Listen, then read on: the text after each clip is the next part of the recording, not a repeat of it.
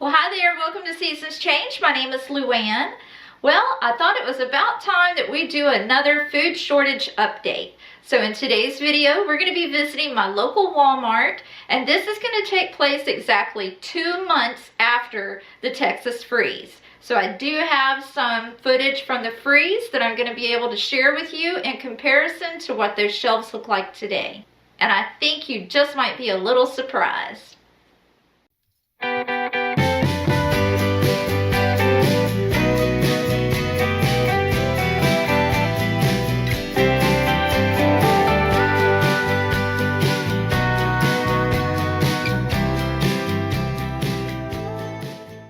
Okay, like I said, today we're going to be visiting my local Walmart. This video is going to take place exactly 2 months after the Texas freeze.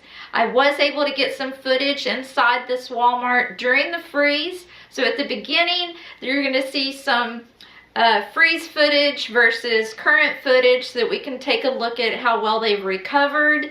And then I'm going to get deeper into just what the store looks like today. And I took the time in this video, unlike in my previous shortage videos, to focus on the pricing on the shelves. But keep in mind, these prices are Texas pricing, so it may not be very comparable depending on where you're watching from. But I am going to start making note of these prices so that we can monitor them and come back to them in later videos and maybe see if we're going to be able to track some of this inflation that we're being warned about. Well, without further ado, let's go ahead and jump into the Walmart tour, and then we'll come back afterwards and talk about what we've seen and give you my opinion on what's really happening in the grocery stores. So let's go ahead and jump into it now.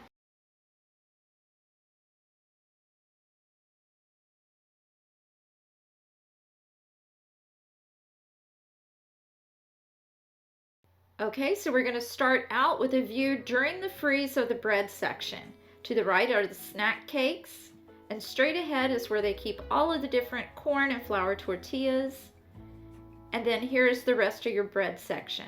There's a little bit of bagels there to the left and not too much on the right. And now here is your current view. Plenty of snack cakes, plenty of tortillas, and here is the rest of the bread section. It all looks pretty good to me.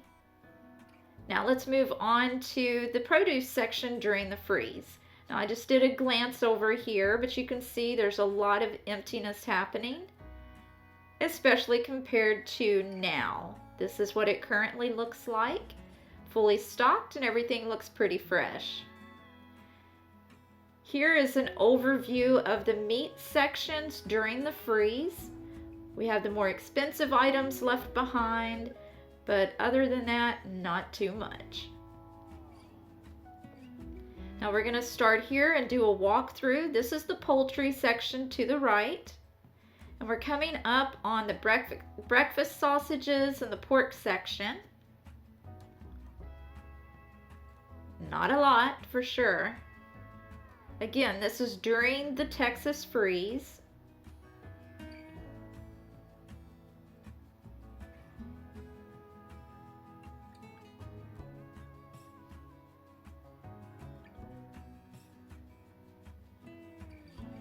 Now let's take a look at what the current conditions are.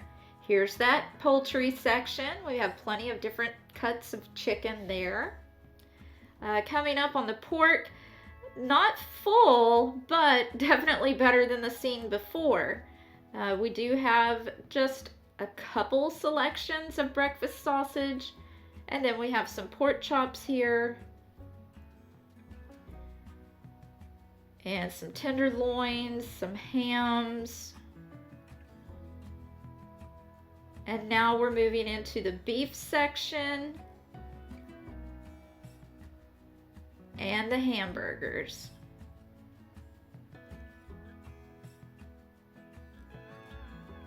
Okay, now let's move down to the dairy sections during the freeze. To the right is where you're going to see the yogurts, the cream cheeses, and sour creams. This is the egg section. It's completely wiped out. And then as we come around the corner here, we're going to be moving into the rest of the dairy section with the milk. Again, totally wiped out. And then we will end the dairy section here with the butters. Here's the current conditions. We have plenty of yogurts to choose from there on the right, and some Jell-Os. The egg section is fully stocked again.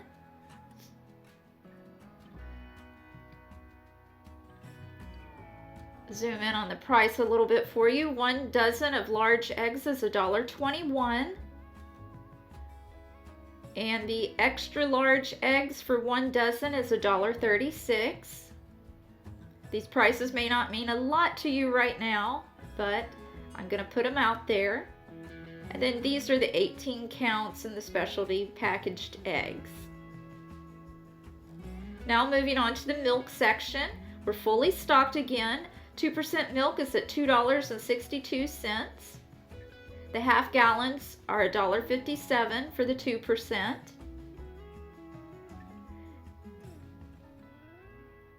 Dairy Pure 2% is at $4.22. And then the regular whole milk is at $2.78.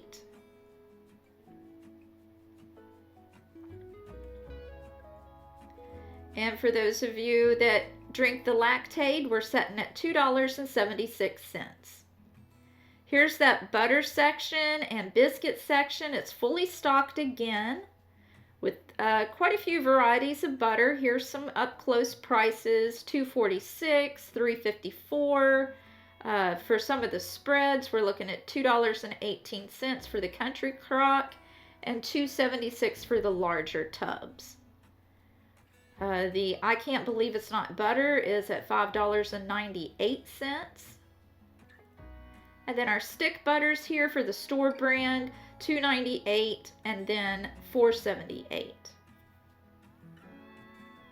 This is the current condition of our water section. Several different varieties to choose from. Nothing too shocking happening here, other than there were no prices for me to look at. This is the current condition of our cereal section. Still nothing looking too bad here. I think they've all done a really good job at recovering, even though I do not have any more during the freeze pictures to share with you. But to me, this looks pretty good. This is the hot cereals with the oatmeals, grits, and things like that.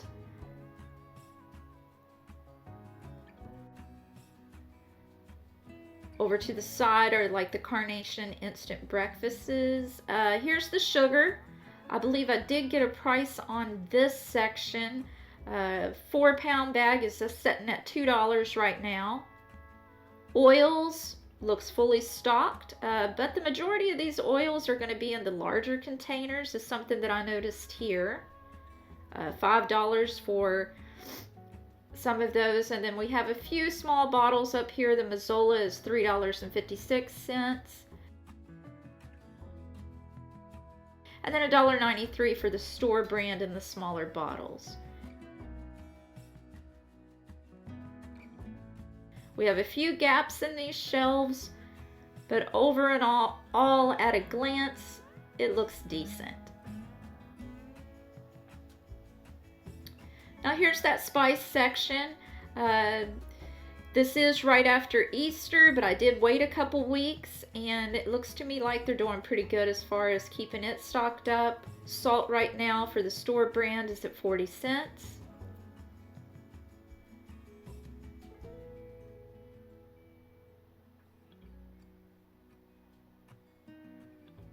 Again, there's still some gaps in the shelves, but for the most part, I think they're maintaining pretty well.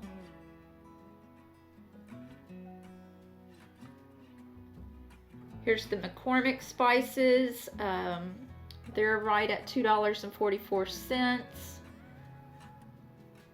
down to $1.63 it looks like, and then the store brands are right at 98 cents. This is what our current condition of the ramen shelves are looking like. We just have this one little section here.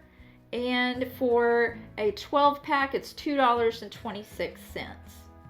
And then you have your individuals at the top.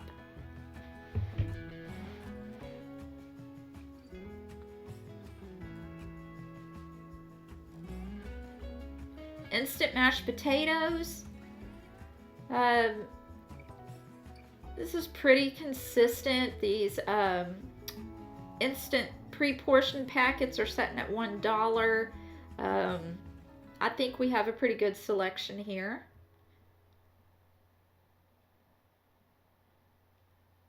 Here's the pasta.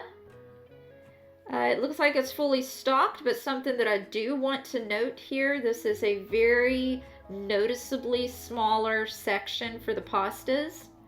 Let's see, for the store brand thin spaghetti, we're at 82 cents. And then for the Skinner pastas, you know, they're going to be a little more. I think it's, let's see, where's the spaghetti? I saw it, I think it was like $1.52. For the pasta sauces, we have Alfredo sauce again. That was something that went missing for several months, but it looks like they're making a comeback. The Ragu Alfredo is $1.68 right now.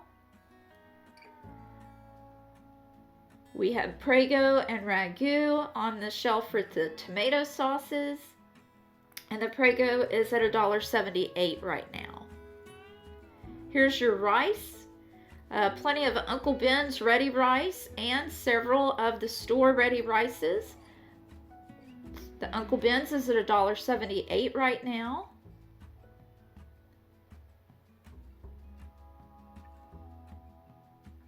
And then moving on down, we have our bagged rices. Again, looks pretty stocked to me.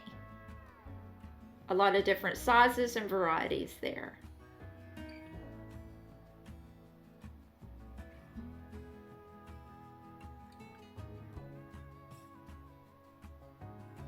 You can make note of whatever prices you see for the brands that you usually buy. And then right beside of that, we have this bean section.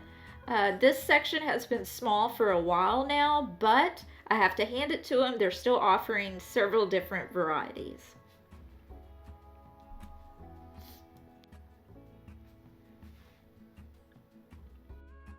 Some of these are very small portions, as you can see here. This is a 16-ounce package for 72 cents. So you just have to look around at the different portions that we're receiving and do your price comparisons that way. Here's the overview of the rice section with the beans. Now we're at the canned meats. And looks pretty stocked to me. We have the Honey Boy salmon at $2.28. Different varieties of sardines for 92 cents. Those are all of your smaller varieties of canned meats and fishes.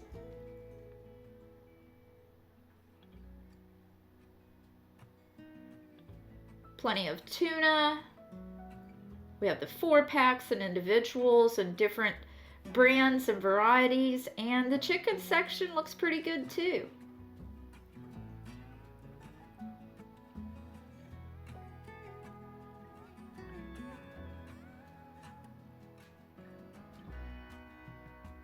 We have a canned ham at $2.82.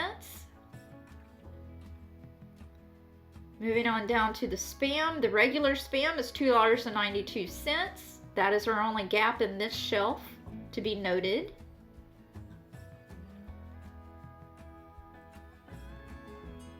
And as far as shortages go in the meat section, I think everything else looks pretty good.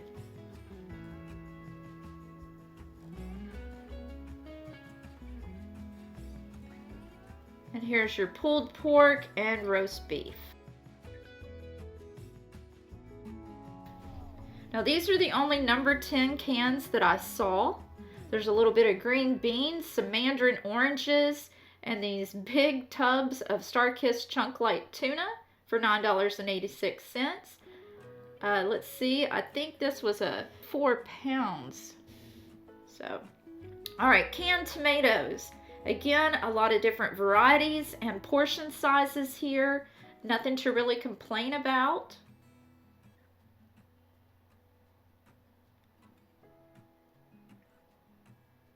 Let's zoom in on some of these prices. I hope you can see that. The regular diced tomatoes for Del Monte is 98 cents.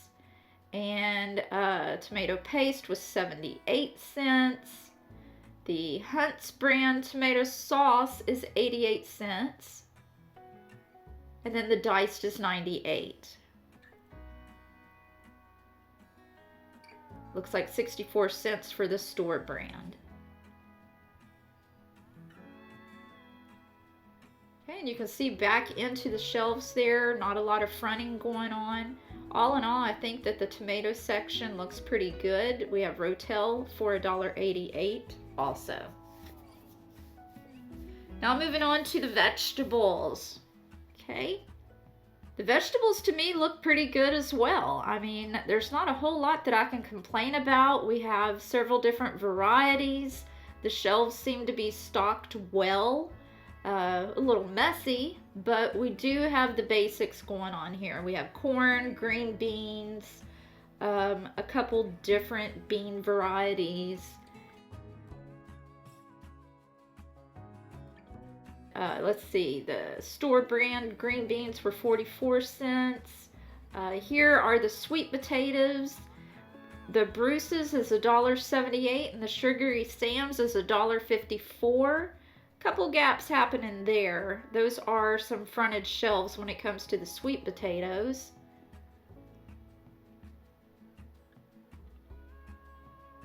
And then there's just a look at everything else. A few holes, but nothing too alarming. Now let's jump on over to the coffee section. Now the first thing that I noticed here is that you really only have two major choices here, and that's going to be the Folgers and the Maxwell House. There's not a lot of store brands or generic brands to choose from, and also it seems like there was more in bags in the whole bean than there was in the ground containers. So let's zoom in here to the Folgers, and that is going to be $6 and let's see, I think I listed here. It is $6.86 for the Folgers, and it looks like $6.96 for the classic. Moving over to the Maxwell House, which is my favorite, we have $6.28. You can usually find a really good sale on the Maxwell House in Dollar General stores. In case you didn't know, you might want to keep your eye out for that. And then the large ones are $8.48. The McCafe is $8.94. And then we have the store brands, and the store brand comparable to the donut shop is $6.38. But that's it for the coffee. Moving on to the dressings. A few frontage shelves happening here along with some gaps. I did notice that most of the gaps were in the ranch varieties. I'm not real sure what is going on with that. I'm going to zoom in this one little section here. It gives you some idea on the pricing that's happening, at least for the Kraft brand.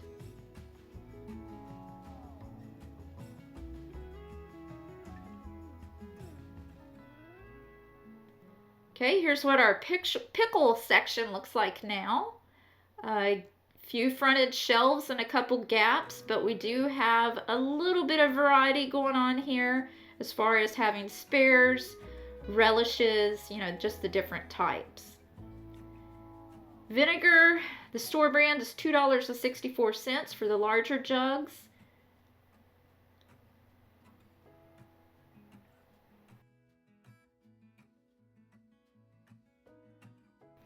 Moving on to the condiments. Ketchup looks like it's taking a hit. Big gaps and holes still happening there in both the name brand and the store brand varieties.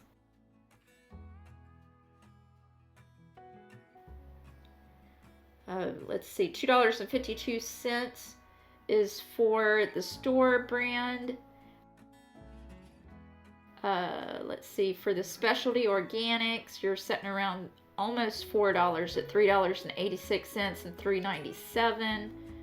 There's the store brand. 92 cents for the store brands, and the smaller bottles, $1.53 for a regular size bottle, $1.98, and then $1.74 getting into the specialty ones. Now moving over to the barbecue sauces. A couple fronted shelves and a few holes happening here, but we still have quite a bit of variety still happening.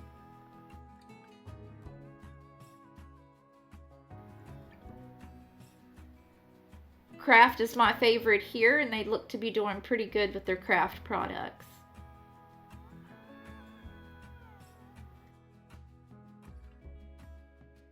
Now we're in the peanut butter.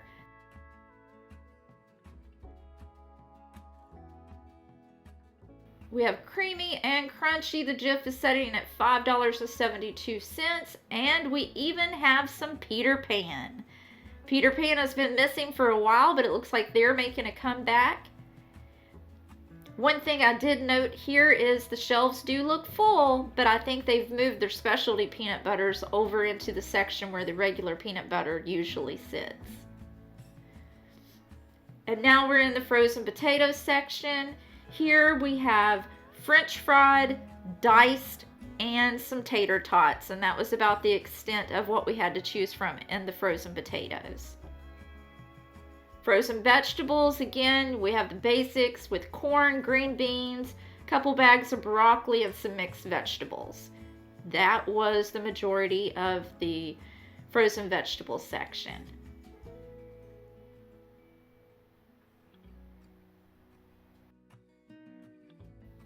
Okay, before we get into the non-food items, let's go back to the meat section and take a look at a few prices there. Whole chicken is at 96 cents a pound. Chicken boneless breast are at $3.26 per pound. Chicken leg portions, $2.30 a pound. And then the cheaper brand of chicken breast is $1.99. Here are some thin chops for $4.24. Center cut chops for $4.04. Top sirloin steak, $6.94 per pound. Stew meat, $6.48. Ribeye steak, $10.97. And then ribeye thin steak, $15.97. And then we'll finish with the chuck roast for $5.47 per pound. Now moving on to a couple non-food items. Here's the paper section. The paper items have some gaps in it. However, the styrofoam is pretty well stocked. Not fully stocked, but we do have quite a bit to choose from here.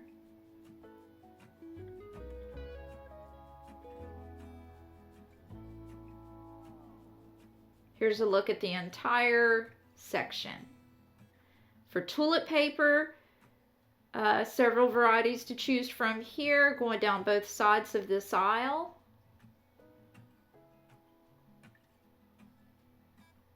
The only price I got here is the Quilted Northern is $12.48 for that large pack. Now here's something that continues to jump out at me, and that is the trash bags. Now we're down to a very, very small section in the grocery store with very few varieties, and these shelves are fronted, so not a lot going on with trash bags. And I have yet to do the research to find out why. Maybe some of you know and can let me know in the comments. But this is continuing to decline. Here's our paper towels. We have one full row here. I have, I believe, one price, $9.98 for the 6 double roll package of Bounty.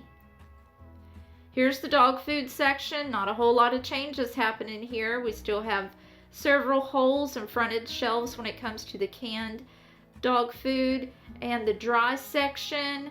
A lot of large bags. It's not as impacted as what the canned food section is. Okay, that's going to do it for the tour inside the store. Now let's go talk about what we've seen here. Okay, so probably based on everything that you just saw, you're feeling pretty good about the food shortage situation. I mean, the shelves were fully stocked. They recovered nicely after the freeze, whenever all the shelves were completely wiped out. So, does this food shortage situation even exist? In my opinion, yes, the food shortages do still exist. But the reason why I wanted to show you how positive everything can look is because there's a few points that I want to make about that. First of all, without sounding too conspiracy theorist, but this is how I feel about it and what I believe to be fact, I think that it's just human nature that over a long period of time, for example, over this past whole year, whenever you see gradual, slow changes, it becomes easier in the end to become acclimated, programmed into thinking everything's fine and this is the new normal. Well, what I would like to do in this video is remind you of a few things from back when this all first started. And my advice to you would be go back and watch some of my previous food shortage videos along with other people's food shortage videos and listen closely to what's being pointed out. Some of the things are less variety, the quantities and portion sizes are changing, the space on the shelves are becoming smaller, and there was even a point in time when entire rows were being removed from the grocery stores and the aisles were being widened. Now, this took place a little bit at a time, week after week, and unless you were actually looking for these things, you're not going to notice it. And that was something that, if you look at the comments section in these videos as well, people did not notice the gaps in the shelves or the shortages at all. It took these videos to even bring that to attention because the stores became so good at fronting their shelves and spreading it out and filling in the gaps to where nothing looked out of the ordinary. Now, the reason why this is so important is because we can easily become comfortable. We can easily accept the fact based on first impressions, just like seeing the tour that I just showed you, into thinking that everything's okay. We can go back to our comfortable ways of thinking. We have nothing to worry about. Let's just start using up all these preps because there's going to be plenty more to buy at the grocery stores. Nothing to worry about at all. Well, that is the reason for this video. It is so important that we don't become comfortable. Now more than ever, we need to stay prepared. How many different situations have to come up? Like grid down situations, the 100-year freeze in Texas, all of these out of the norm situations that keep coming up. People have become unemployed due to closing down the entire pipeline and other situations. We're on the brink of war. There's just so many different situations that are taking place. And not to mention, in 2020, we had the pandemic, which put people out of work. The pandemic closed entire companies that were involved in the food supply chain. We had natural disasters as far as fires and freak storms that wiped out entire crops. And how could this not affect the food chain? That is the whole reason why this new topic of the inflation and price increases in the food industry are coming to be, because there's just no way to avoid these outcomes and consequences of all these different situations that have happened over the last couple of years. So please stay alert, stay aware, and stay prepared, because this has not ended. The food shortages have not gone away. And another reason why I felt like it was very important to point this out to you is that I, in my opinion, believe that this is the same way that the price increases are going to be given to us. I think maybe in the beginning there might be a few jumps in the prices, and the initial shock is going to start to wear off a little bit, because after that, it's going to be a gradual increase over time.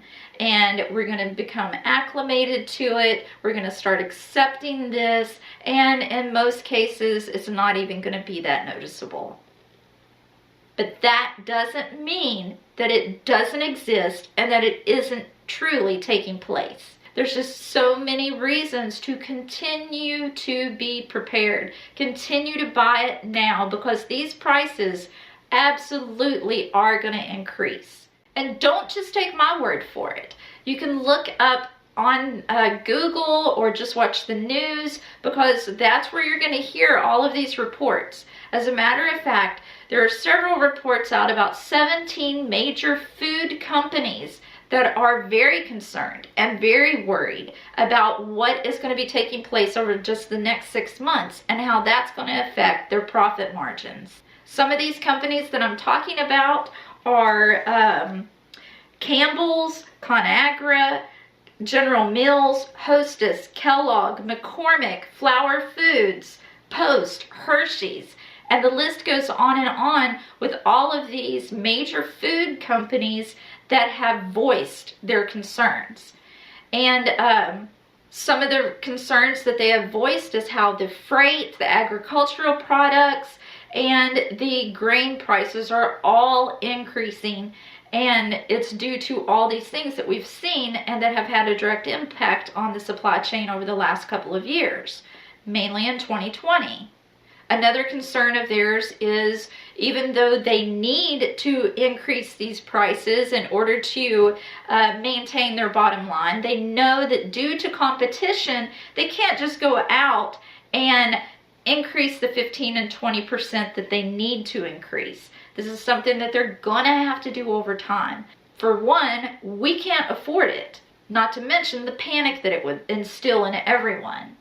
So they're going to have to make up this difference in other ways. And some of the ways that they're going to be doing this is ways that we've already seen over the past year. And that's going to be putting all of their focus in the most popular items or varieties instead of the broad options that we're used to, especially here in the United States. Our options are going to become less. And I think you're going to see that even the portion sizes are going to begin to become smaller for the same price, or at even a higher price, of course, to make up for that difference. So their packaging is going to change, the varieties are going to change, and the quantities are going to change. That's the way that they're going to try to counterbalance this increase that they actually need right now.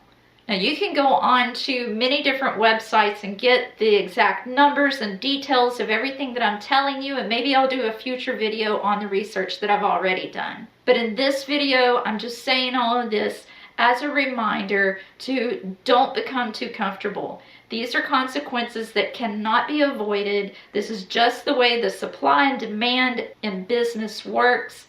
We are going to see price increases, and the food shortages do indeed still exist.